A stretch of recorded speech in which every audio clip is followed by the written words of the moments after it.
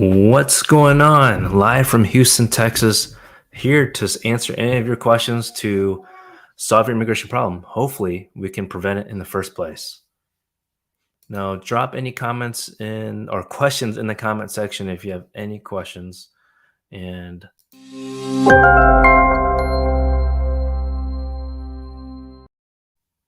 now, here's the deal, friends. I know there's a major concern about your case in terms of how long it's taking to process. Now, I've shared this before on the show, and let me share with you now processing times. Okay, and where it gets stuck is in completely different places. It could get stuck in multiple stages of your case. It could starting with petition. Okay, for example, I-130 or I-140. I-140 is for employment based. There's so many delays happening with employment based. Um, with Department of Labor, for example, in the very beginning steps. But let's take a look at USCIS website first in terms of the processing times. Okay, so I'm going to share my screen so you know exactly how to find it yourself. Okay, here it is. Okay, what I do is I go to the uscis.gov website. Okay, let me make it a little bit larger. I go to top side tools. You can always just type it in Google search or Bing. But you go to tools and resources and then go in the middle, case processing times. Um, let's go to I-130. You click the form or click the drop down menu. And then, the most common one, of course, is U.S. citizen filing for a spouse. So click on that. And then it gives you opportunity to see which service center. You can't see it right now, but let me just click on Nebraska. For some reason on the screen, it won't show the drop down while on StreamYard. But if I go down below, it says 10 and a half months. That's longer than it was during the pandemic, before the pandemic. But, that's not bad for during the pandemic. I know many of us are living life as if it was no concern out there. California Service Center was 10 and a half months now. Just last week, I was checking this for y'all, and it was a lot longer. So it looks like they've reduced the processing times. So that's why it's good, at least for our team. We always like to check. Texas Service Center, 11 and a half. I'm telling you, if you check my channel from a video from last week, it showed a lot longer. So that's great to hear. Vermont Service Center, 16 months is the longest time period out of all these 5 service centers, but that's pretty good. Okay. It may not sound good. Okay. I get it. But it's still better than last week. Okay. And so if you have been still delayed here at the petition stage, much longer than what it shows, that what I just showed you, then step number 1 is submit an inquiry. Okay. And the way to do that, okay, is let me share my screen again. Okay. First, you put in your, you can see it highlighted here. Put in your receipt date. That's going to be on your 797C. All right. You type it, put it in there, insert it, and then click. It'll show blue here, I believe. Let me just make up a date here. 2020. Okay. Click on get inquiry date. And now it says you can send questions about your case by submitting service requests online. So clicking here, you might already know about this, but this is for a specific reason outside normal processing time. You're going to have the address, the receipt number, the date you filed it, which you would have already copy and pasted earlier. In either the applicant, meaning the immigrant foreign national, or the petitioner, who is the sponsor. Okay. And it really depends which form you filed. In this situation, we're talking about petitions, so it'd be the sponsor, the U.S. citizen or resident holder. And then last action taken, you can put what you found on the USCIS case status update, which does not show that much. Okay. But here we go. You put in your email address and who filed it. Okay. If you did it yourself, of course, then you put in your own name. And then otherwise, if you hire a lawyer, we would put our information. So that is that part. Okay. So that's step number 1. All right. That's submit inquiry or check processing time, submit inquiry. And I would say wait at least 30 days to see what they say. And most of the time, they don't say much.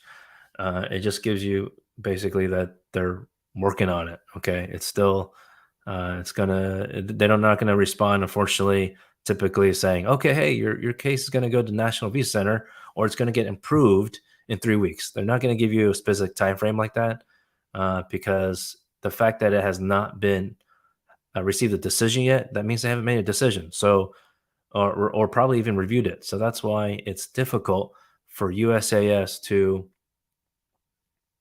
when in the customer service hotline, essentially, to give you something more concrete, more specific update. Which I get it. Like if you hire our law firm or you hire a company in general, you or like any company, you want an update as soon as possible. And so that's what we have ready to share with our clients. Um, what's going on with your case? Now, let's see.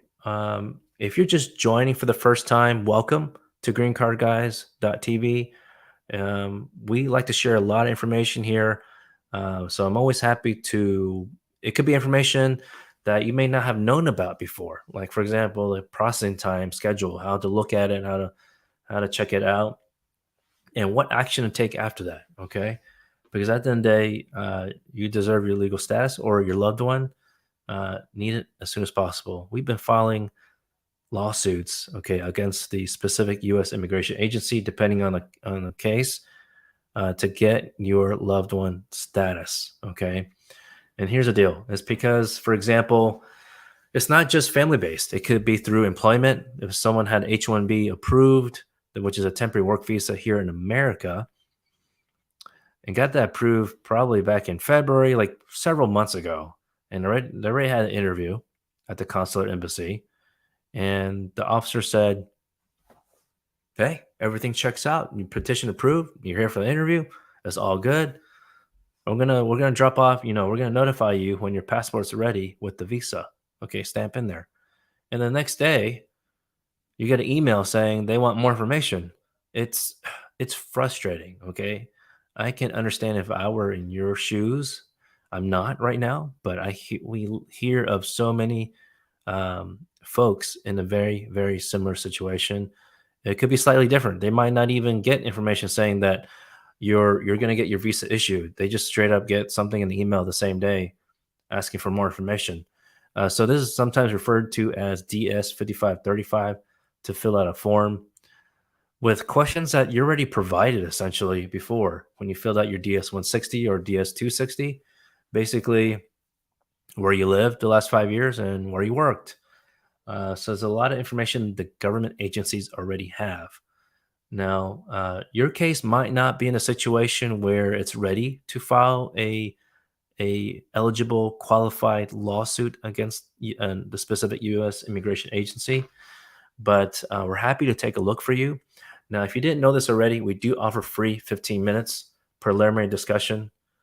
I meant to say that earlier, but to unlock those free 15 minutes, we're going to share the secret code towards the end of the show.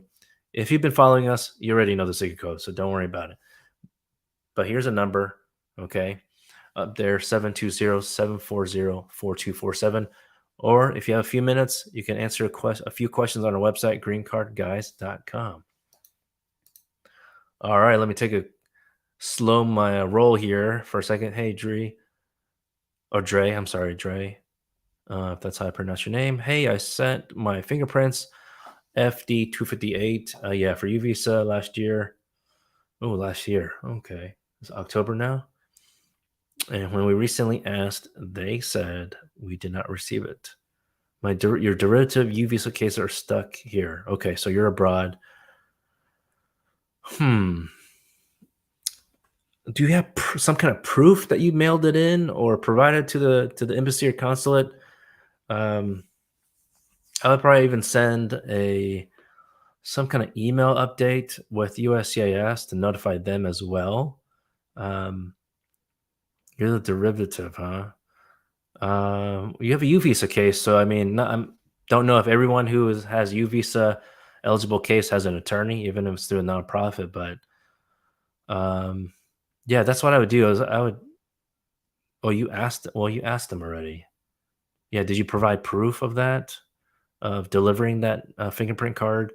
they've been sticklers with the fingerprint card, because especially when the pandemic just started a couple years ago, we also had some finagling to do to make sure it gets delivered to the right place. Um, because at least back then they required it before to be done at a specific location, but we just got the fingerprints completed outside the U.S. Immigration Agency, and they accepted it. So hopefully, I might not have the direct answer for you, Dre, but hopefully that helps. Okay, I would just provide them proof. Sometimes that helps for them to believe it or not. We've had to do that when like FedEx or you are mailing tracking. It shows delivered, but then somehow internally with the government, things get lost. So that's what I'm saying. That you have to follow up. You have to do your due diligence. And I totally get it when clients ask us, hey, was a case received by the government? And that's why for us, we share the tracking number in advance. Okay. We also send an email of what to expect as soon as we mail it out, so you know what's going to happen next. That, for example, it could take 3 or 4 weeks or a month or 5 weeks to receive the receipt notice. So we try to do our best in terms of the customer service journey, the client journey, to know exactly what's going on. I found that the more we share with the client, the better, right? I get that. And Dre, hopefully I answered your question to some extent. Let's see here. But yeah, if you have any questions, even if we can point you in the right direction just a little bit, you're welcome to drop it or write it, type it in the comment section. And then if you're watching this later and want to know how to get more information because you couldn't catch us live, that's totally okay. We do have, let me see if I picked the right one. We do have a free book, free guide that you can download from our website, okay? greencardguys.com. And by the way, this is how you can go to our website, greencardguys.com. This is exactly how you click on contact us on the top, click on take quiz, and it's going to just have a few questions. So it helps us understand your case better and save you some time while on the phone. Okay. But yeah, you go to our website, you have a chance to download a free guide that answers some common questions. And we can always restate them differently if helpful during the consultation. And by the way, it might not be me on the consultation, but I have very experienced attorneys that can assist you and qualified to help you provide the solution. If there is one, there might not be. So that's something different than some law firms. We're right up front with you if there's no way that we can help you. Okay, I think that's something that people appreciate it, from what I hear and heard from people themselves, because we don't want you to have to waste a lot of money. Okay, it's very important. I know you're saving a lot of money for your legal status, so I know it's important to you. But that free 15 minutes, we're happy to answer your questions. And confirm if you're eligible or not. Sometimes, we need the team has a meeting afterwards or the next day to maybe talk about your case, see if there's another solution, another strategy. So if we have to wait some time, get back to you. I hope you don't mind. Let's see. Okay, Dre, you sent the proof. Still waiting for them. Can you directly mail or mail UV's hotline without attorney? Your attorney is not being quick and you're stuck. Okay. Yeah, that's something we try our best to be mindful of, because us as lawyers might not be able to work as quickly as you want, but at least for us, yeah, I mean, you don't have to wait for your attorney to contact them, but I mean, I can't speak for your lawyer. You might want to ask if that's okay with them, but they might not even, sounds like they might not even respond to your question on that. So you, at the end of the day, do what is best for your case, um within reasonable time. If you just provided proof yesterday, the government's slow. They're not going to give you a response like tomorrow within 24 hours. Like, we do our best when we have a client just signed up. We tell all clients, we try our best. Give us at least 24 or 48 hours to reply to your email. Sometimes we can reply to you in 1 hour, but it just depends on the hour basically of our day. We block schedule so we get certain things done, especially casework, of course. So we're not always like having the email interface all day. That's just not healthy. I think I think you can understand with your own work possibly. But yeah, I mean, Dre, I would just contact them, the government agency, if it's been a while. If it's probably been at least a week. Okay, so hopefully that helps. Let's see, anything else I can share? I'm going live trying my best to go live every day. Sorry that I had to start a little bit later than usual. So if you're watching this later, please take advantage of our free guides. Even if you don't contact us in the future, I hope you do. Hope we can talk about your situation and see if we can guide you in the right direction. But if we can't, if you just don't have time to chat with us, you got your own attorney, that's cool. But take advantage of that free guide because it might share information that you did not know about before. Okay, let's see here. Okay, so here's the secret code. I won't prolong it any longer. Here it is, y'all. There's all the benefits. Secret code on the bottom. Green card guys. You could have guessed it. And let's see. If you're new to our channel, let's see if this works. Please smash the like button, click the bell, and click subscribe. I greatly appreciate it. Okay, friends, I'm going to get back live tomorrow at 11:30 Central Time. If for some reason a lot of y'all tell me like, hey, 11:30 is not great for us, let me know in the comments or somewhere in the comments because I'm trying to accommodate. It's hard to accommodate everyone's schedule, but accommodate at least our team schedule as well. All right. So, by the way, one last thing. I bit the bullet. Okay. I'm on TikTok. I know I need to upload more content there, but if you are on TikTok anyway, please give it a follow. Green Card Guys _John. Let me know how I'm doing there. I appreciate all positive and negative comments. All right. So until next time, friends, please stay safe and we'll talk to you soon.